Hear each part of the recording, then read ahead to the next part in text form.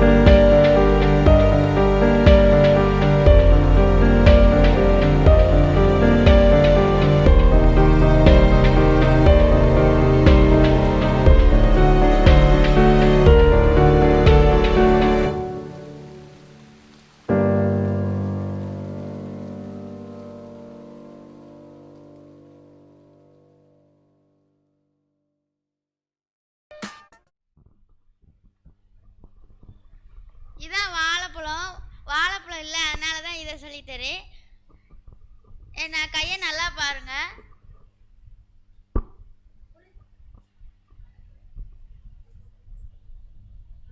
இங்கே வரப்ப கை தட்டணும், முனியில் வந்தோடனே கை தட்டணும். அவங்க கை தட்டலைன்னா அவங்க அவுட் ஆயிடுவாங்க.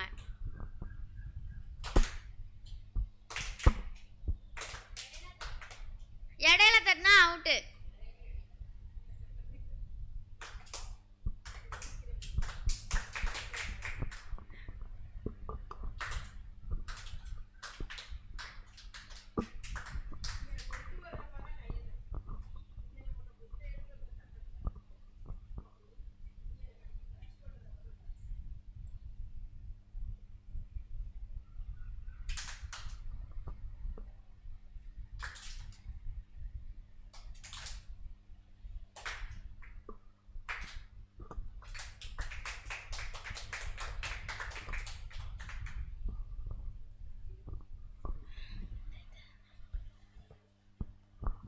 ஜீசஸ் கிளாப் எப்படி பண்றதுன்னு பார்க்கலாம்.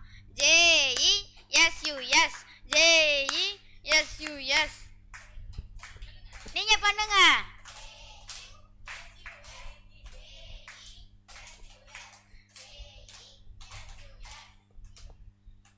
பைபிள் கிளாப் எப்படி பண்றதுன்னு பார்க்கலாம். BIBLE BIBLE BIBLE. பண்ணுங்க நீங்க. Super super.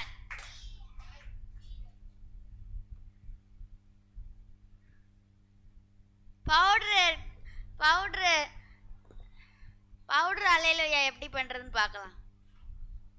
ஆஹா ஹா ஹா ஹா. லே லே லே லே லே லூ லூ லூ லூ யா யா அல்லேலூயா. ஹா ஹா ha ha. Le le le le le. Lu lu lu lu ya. Hallelujah.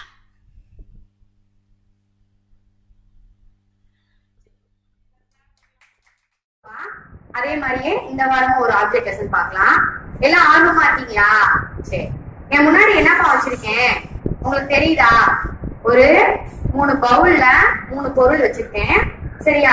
இது என்னது? இது ஒரு எம்டி ஜார். சரியா? ஓகே. இப்ப இந்த எம்டி ஜார் எதப்பா குறிக்குது? இந்த எம்டி ஜார் வந்து நம்மளுடைய லைஃப், நம்ம கர்த்தருக்கு கொடுக்கக்கூடிய நேரம். சரியா? அத வந்து இது குறிக்குது. இது எதப்பா குறிக்குது?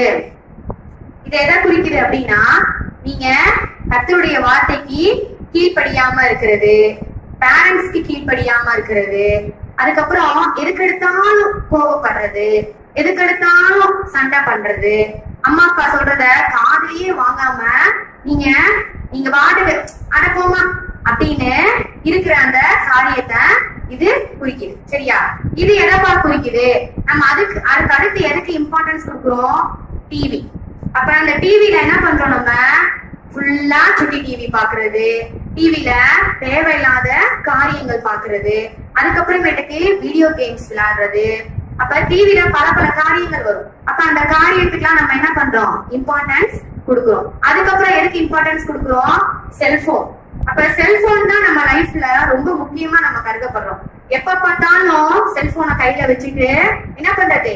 கேம் விளையாண்டுட்டே இருக்கிறோம். அம்மா எனக்கு போனை கொடுமா, நான் கேம் விளையாடணும், அதெல்லாம் எனக்கு தெரியாது, நீ போனை கொடு அப்படின்னு நம்ம அம்மாட்டையும் அப்பாட்டையும் அடம் பிடிப்போமா? அப்ப நம்ம டிவிக்கு, செல்போனுக்கு அடுத்து நம்ம இடம் கொடுக்கிறோம். சரியா?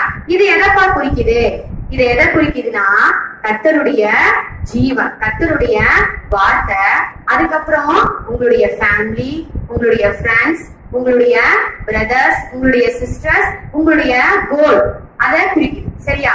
சரி, இப்ப இது என்னன்னு சொன்னேன்? நான் முன்னாடியே சொன்னேன், இது நம்மளுடைய லைஃப், நம்ம கர்த்தருக்கு கொடுக்கக்கூடிய நேரம். நம்ம இப்ப ஃபர்ஸ்ட் நம்ம எதை நம்ம உள்ளுக்குள்ள போடுறோம்? நம்ம லைஃபுக்குள்ள நம்ம எதை போடுறோம்? இது என்னன்னு சொன்னேன்? கோபம், பிடிவாதம், சண்டை போடுறது, கர்த்தருடைய வார்த்தைக்கு கீழ்ப்படியாம இருக்கிறது. நம்ம அதுக்குதான் நம்ம என்ன பண்றோம்? ஃபர்ஸ்ட் ப்ரிஃபரன்ஸ் கொடுக்கிறோம். சரியா? அப்ப இந்த லைஃப்ங்கிற இந்த ஜார்க்குள்ள நம்ம என்ன கொடுக்கிறோம்? ஃபர்ஸ்ட் இத போட்டாச்சு. அடுத்து நம்ம எதுக்கு இம்பார்ட்டன்ஸ் கொடுக்கிறோம்ப்பா? இத எதை சொன்னேன்? டிவி, நம்ம செல்போன் பாக்குறது, தேவையில்லாத காரியங்களை நம்ம லைஃபுக்குள்ள கொண்டுட்டு வர்றது, அதுக்குதான் நம்ம இதுல என்ன பண்றோம்? இம்பார்ட்டன்ஸ் செகண்ட் ஒண்ணுக்கு நம்ம கொடுக்கிறோம். சரியா? இப்ப இது ரெண்டையுமே நம்ம லைஃபுக்குள்ள கொண்டு வந்துட்டோம். கர்த்தருக்கு நம்ம நேரம் கொடுக்கல. அப்ப அடுத்து லாஸ்டா கடைசியில போனா போகுது அப்படின்ட்டு நம்ம என்ன பண்றோம்? கர்த்தரை உள்ள கொண்டுட்டு வரோம். அதுக்கப்புறமேட்டுக்கு ஃபேமிலிய உள்ள கொண்டுட்டு வரோம். அதுக்கப்புறம் நம்மளுடைய ஃப்ரெண்ட்ஸ், அதுக்கப்புறம் நம்மளுடைய பிரதர்ஸ், அதுக்கப்புறம் நம்மளுடைய பிரதர்ஸ் சிஸ்டர்ஸ் உள்ள கொண்டு வரோம். இப்ப இன்னும் இங்க இருக்கேப்பா, இது என்ன சொன்னேன்? நம்ம லைஃப்ல இம்பார்ட்டன்டான ஒரு விஷயம் சொன்னா, அப்ப இன்னும் அது அப்படியே மிஞ்சி இருக்கு. அப்ப நம்ம லைஃப்ல நம்மளால கொண்டுட்டு வர முடியல. சரியா? அப்ப இப்ப நம்ம என்ன பண்ணணும்? இப்ப மறுபடியும் நான் ஃபர்ஸ்ட்ல இருந்து செஞ்சு காமிக்கிறேன். இப்ப எம்டி ஜார் இருக்கு. இந்த எம்டி ஜார் என்ன சொன்னேன்? நம்மளுடைய லைஃப், நம்ம கர்த்தருக்கு கொடுக்கக்கூடிய நேரம் அப்படின்னு சொன்னேன். இப்ப இந்த நம்ம லைஃபுக்குள்ள ஃபர்ஸ்ட் எதை கொண்டுட்டு வரணும்? கர்த்தருடைய வார்த்தைய நம்ம ஃபர்ஸ்ட் நம்ம லைஃபுக்குள்ள கொண்டுட்டு வரணும். சரியாப்பா? அவருடைய வார்த்தைக்கு நம்ம என்ன பண்ணணும்? செவி கொடுத்து கீழ்ப்படியணும். செகண்ட் ஒன் என்ன கொண்டுட்டு வரணும்? நம்மளுடைய பேரண்ட்ஸ். தேர்ட் ஒன்னு நம்மளுடைய பிரதர், நம்மளுடைய சிஸ்டர்ஸ், அதுக்கப்புறம் அடுத்து என்ன கொண்டுட்டு வரோம்? நம்மளுடைய ஃப்ரெண்ட்ஸ். அதுக்கப்புறம் என்னப்பா கொண்டு வரோம்? நம்ம லைஃப்ல நம்ம என்ன பண்ண போறோம், நம்ம என்ன அச்சீவ் பண்ண போறோம், நம்மளுடைய கோல் என்ன, அததான் நம்ம கொண்டுட்டு வரோம். இப்ப இது எல்லாமே என்ன இருக்கு? இம்பார்ட்டன்ஸ் ஆனது. நம்மளுடைய லைஃப்ல இம்பார்ட்டன்டான திங்ஸ் எல்லாம் எப்படிப்பா இருக்கு? ஃபுல்ஃபில் ஆன மாதிரி இருக்கா? ஓகே. அப்ப இந்த தேவையில்லாத காரியத்தெல்லாம் நம்ம முதல்ல போடும் பொழுது எப்படி இருந்துச்சு? நம்மளுடைய லைஃப் ஃபுல்ஃபில் ஆகாம குறைவானதா இருந்துச்சு. இப்ப இந்த தேவையான காரியங்கள்லாம் நம்ம எடுத்து வச்சதுக்கு அப்புறமேட்டுக்கு இம்பார்ட்டன்ஸான விஷயத்துக்குலாம் நம்ம லைஃப்ல நம்ம இடம் கொடுக்கும் பொழுது நம்மளுடைய லைஃப் எப்படி இருக்கு? நிறைவானதா இருக்கு. சரி, அப்ப பைபிள்ல ஒரு வார்த்தை நம்ம படிச்சிருக்கோம். முதலாவதாக தேவனுடைய ராஜ்யத்தையும் அவருடைய நீதியும் தேடுங்கள், அப்பொழுது இவைகள் எல்லாம் உங்களுக்கு கூட கொடுக்கப்படும் அப்படின்னு நம்ம பைபிள்ல ஒரு வசனம் படிப்போம். அப்ப அதே மாதிரியே நம்முடைய கர்த்தருடைய வார்த்தைக்கும் கர்த்தருக்கும் நம்மளுடைய லைஃப்ல இடம் கொடுக்கும் பொழுது உங்களுடைய லைஃப்ல கர்த்தர் குறைவானது எல்லாவற்றையும் நிறைவாக்கி போடுவார். இந்த ஜார் எப்படி இம்பார்ட்டன்டான விஷயத்தெல்லாம் நம்ம உள்ள கொண்டு வந்து ஃபுல்ஃபில்லா இருக்கோ அதே மாதிரியே நம்மளுடைய லைஃபும் ஒரு ஃபுல்ஃபில்லான லைஃபா இருக்கும். சரியா குட்டீஸ்? இந்த கான்செப்ட் உங்களுக்கு பிடிச்சிருக்கா? நீங்களும் உங்களுடைய லைஃப்ல கர்த்தருடைய வார்த்தைக்கு இம்பார்ட்டன்ஸ் கொடுப்பீங்களா?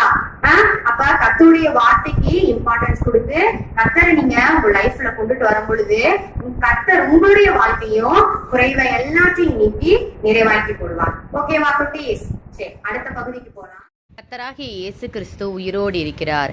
இந்த பெண்ணும் இந்த 2 ஆண்களும் யார் என்று உனக்கு தெரிகிறதா? இந்த பெண் மகதலேனா மரியாள், இயேசுவுக்கு தெரிந்த பெண். வெள்ளை உடையில் இருக்கிற இந்த ஆண்கள் தேவதூதர்கள். மரியாள் பார்த்து கொண்டிருக்கிற அந்த சிறிய அறை இயேசுவின் உடல் வைக்கப்பட்ட இடம். அதற்கு கல்லறை என்று பெயர். ஆனால் இயேசுவின் உடல் இப்போது அங்கே இல்லை. யார் அதை எடுத்தது? நாம் பார்க்கலாம். இயேசு மரித்த பின்னர் ஆசாரியர்கள் பிலாத்துவிடம் மரித்த 3 நாட்களுக்கு பிறகு இவன் உயிரோடு வரப்போவதாக சொல்லியிருந்தான். அதனால் அந்த கல்லறைக்கு காவல் வையும். அப்போதுதான் அவனுடைய சீசர்கள் வந்து உடலை திருடி கொண்டு போய் அவன் உயர்த்தப்பட்டு விட்டதாக சொல்ல முடியாது என்கிறார்கள். எனவே பிலாத்து அந்த கல்லறையை காவல் காக்க காவலர்களை அனுப்பி வைக்குமாறு அந்த ஆசாரியர்களிடம் சொல்லுகிறான். ஆனால் இயேசு மரித்த 3ஆம் நாளன்று அதிகாலையிலேயே தேவனின் தூதன் திடீரென்று தோன்றுகிறார். கல்லறையில் இருந்த அந்த கல்லை புரட்டி போடுகிறார். பயத்தில் அந்த காவலாளர்கள் அசையக்கூட முடியவில்லை. கடைசியாக கல்லறைக்குள் பார்க்கும் பொழுது இயேசுவின் உடல் அங்கு இல்லை. காவலர்களில் சிலர் நகரத்திற்கு போய் நடந்ததையெல்லாம் ஆசாரியர்களிடம் சொல்கிறார்கள். அந்த ஆசாரியர்கள் என்ன செய்கிறார் தெரியுமா? அவர்கள் அந்த காவலர்களுக்கு பணம் கொடுத்து நாங்கள் தூங்கிக் கொண்டிருந்த பொழுது இயேசுவின் சீசர்கள் இரவில் வந்து உடலை திருடி கொண்டு போய்விட்டார்கள் என்று பொய் சொல்கிறார்கள். இதற்கு இடையில் இயேசுவுக்கு தெரிந்த பெண்களில் சிலர் கல்லறையை பார்க்க வருகிறார்கள். அது காலியாக இருப்பது அவர்களுக்கு எப்பேற்பட்ட ஆச்சரியம்! திடீரென்று பிரகாசமான உடையில் 2 தூதர்கள் தோன்றி இயேசுவை, நீங்கள் ஏன் இங்கு வந்து தேடுகிறீர்கள்? அவர் உயிர்த்தெழப்பட்டு விட்டார். சீக்கிரமாய் போய் அவருடைய சீசருக்கு இதை சொல்லுங்கள் என்கிறார்கள். அந்த பெண் ஒரே ஓட்டமாக ஓடுகிறாள். ஆனால் வழியில் ஒருவர் அவர்களை நிறுத்துகிறார். அவர் யார் தெரியுமா? இயேசுவே. போய் என் சீசருக்கு சொல்லுங்கள் என்று அவர் கூறுகிறார். இயேசு உயிரோடு இருக்கிறார் என்று தாங்கள் அவரை கண்டதாகவும் இந்த பெண்கள் சீசருக்கு சொல்லுகிறபோது சீசர்களால் அதை நம்பவே முடியவில்லை. பேதுருவும் யோவானும் நேரில் போய் பார்ப்பதற்காக கல்லறைக்கு ஓடுகிறார்கள். ஆனால் கல்லறை காலியாக இருக்கிறது. பேதுருவும் யோவானும் அங்கிருந்து போன பின்பு மகதலேனா மரியாள் அங்கேயே இருந்து உள்ளே எட்டி பார்க்கிறாள். அப்பொழுதுதான் அந்த 2 தூதர்களை பார்க்கிறார். ஆமென்.